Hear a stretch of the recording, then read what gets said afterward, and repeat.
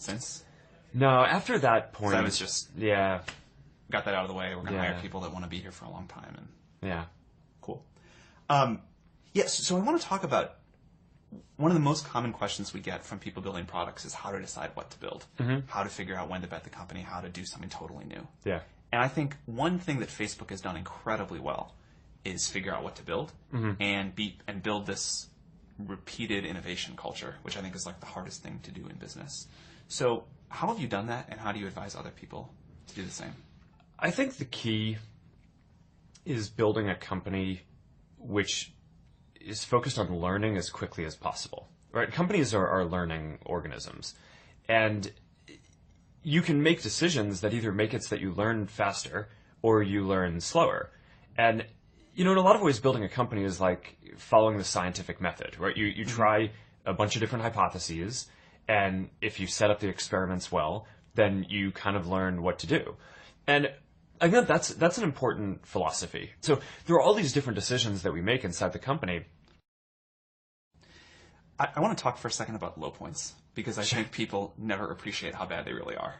And I think it's always reassuring to hear that even Mark Zuckerberg went through some serious low points and came out okay. So can you tell us about some of the hardest parts in the early history of Facebook?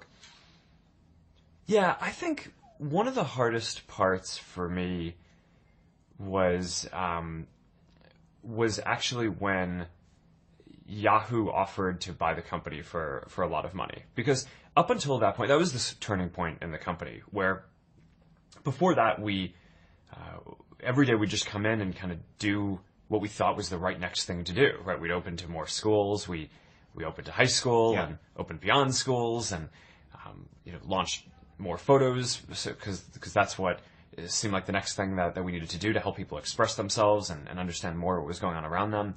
But then, Yahoo came in with this really meaningful offer, right? I mean, $1 billion for... and this was how far into the company?